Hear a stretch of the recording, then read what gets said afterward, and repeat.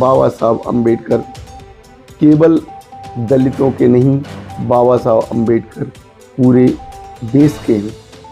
उन्होंने पूरे देश के लिए जो भी कानून व्यवस्था बनाई, जो भी संविधान बनाया, जो भी संविधान में अनुच्छेद ला के रखे और जिसमें महिला, बच्चे, बुजुर्ग, किसी एक जाति को नहीं, सभी जाति के लोगों को उसका फायदा पहुंचा।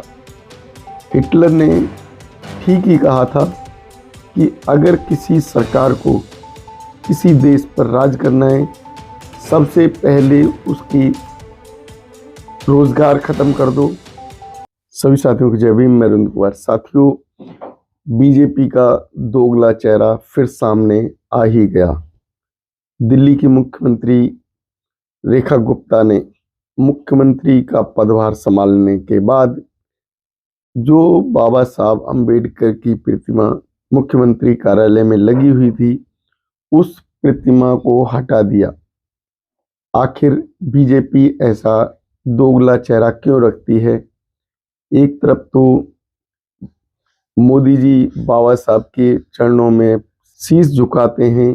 बीजेपी का ये दोगला चेहरा, दोगले चेहरे के मुख्यमंत्री रेखा गुप्ता ने बाबा साहब की प्रतिमा को मुख्यमंत्री कार्यालय से क्यों हटाया? जिस प्रतिमा को प्रतीक मानकर भारत में पूजा जाता है, जिस प्रतिमा को दिल्ली के प्रत्येक कार्यालय में लगाया जाता है, उस प्रतिमा को हटाने से ये पता लगता है कि बीजेपी बाबा साहब के समर्थक नहीं, बाबा साहब की विरोधी है, बाबा साहब की विरोधी विचारधारा रखती है। क्योंकि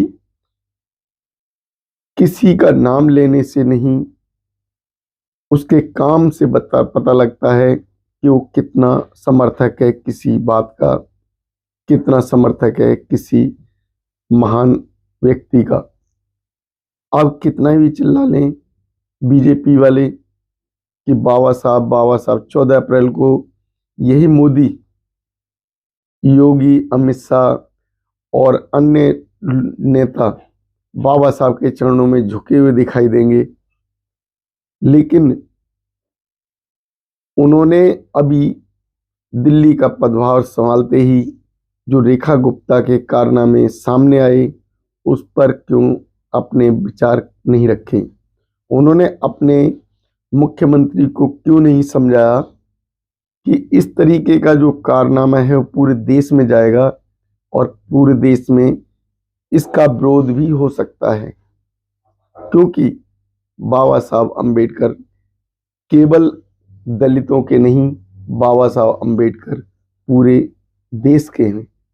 उन्होंने पूरे देश के लिए जो भी कानून व्यवस्था बनाई, जो भी संविधान बनाया, जो भी संविधान में अनुच्छेद ला के रखे और जिसमें महिला, बच्चे, बुजुर्ग, किसी एक जाति को नहीं, सभी जाति के लोगों को उसका फायदा पहुंचा। अगर ऐसा कानून हमारे देश में,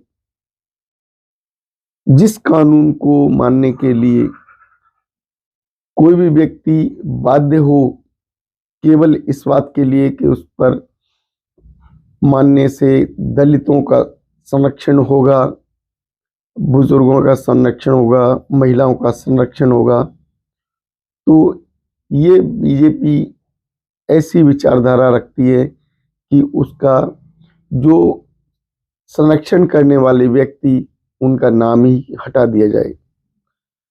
ऐसी विचारधारा लेकर ये शासन सत्ता में कैसे आ जाते हैं?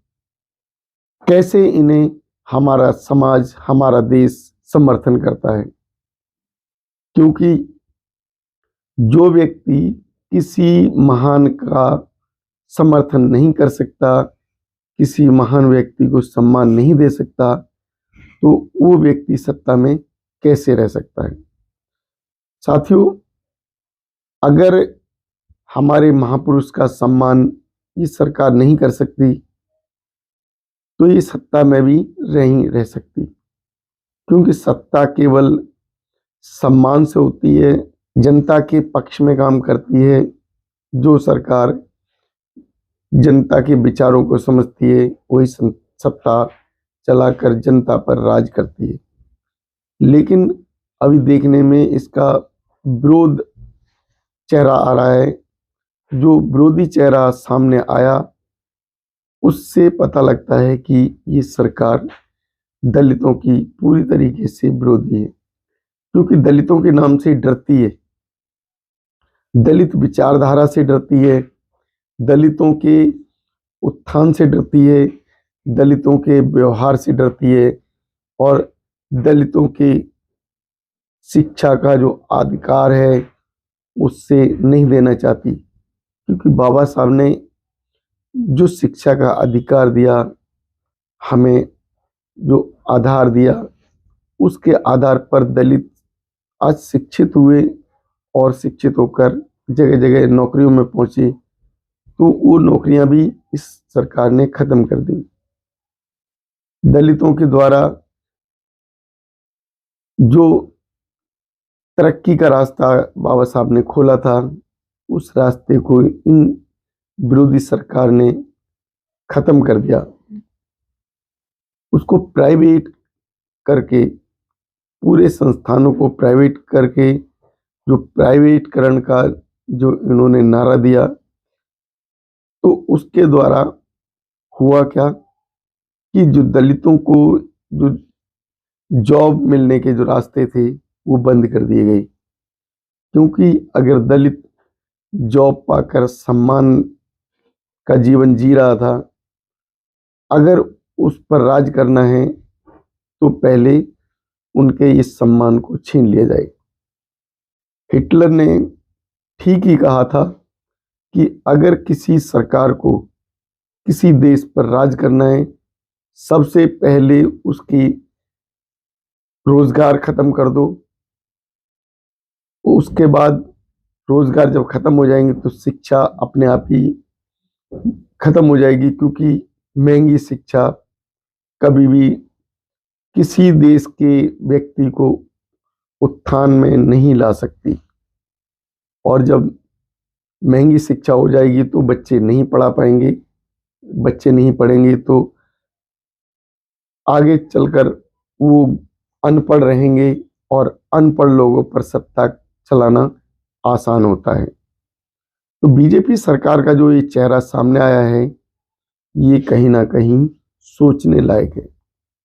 बीजेपी ने जो अभी नीतियां बनाई, विरोध के बाद भी दिल्ली में आ गई और दिल्ली में आते ही उन्होंने वो कारनामे करने शुरू कर दिए जो दलितों के विरोध में हैं। अगर दिल्ली की मुख्यमंत्री को इतनी ही नफरत थी तो उन्होंने संविधान की शपथ क्यों ली? इस तरीके का जो बीजेपी का चेहरा जो कि विरोधी है, तो हमारे देश की राजनीति गंदी हो रही है। तो साथियों, इस तरीके की चेहरा रखने वाली सरकार सत्ता में कैसे रहे और कैसे जीत कर आ रही है, इस पर हमारे कमेंट बॉक्स में कमेंट जरूर करें।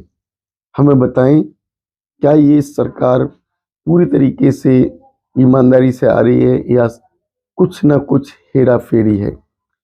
हमारे चैनल को सब्सक्राइब करें, वीडियो लाइक शेयर करें। धन्यवाद। नमो बुद्धाय। जय भीम।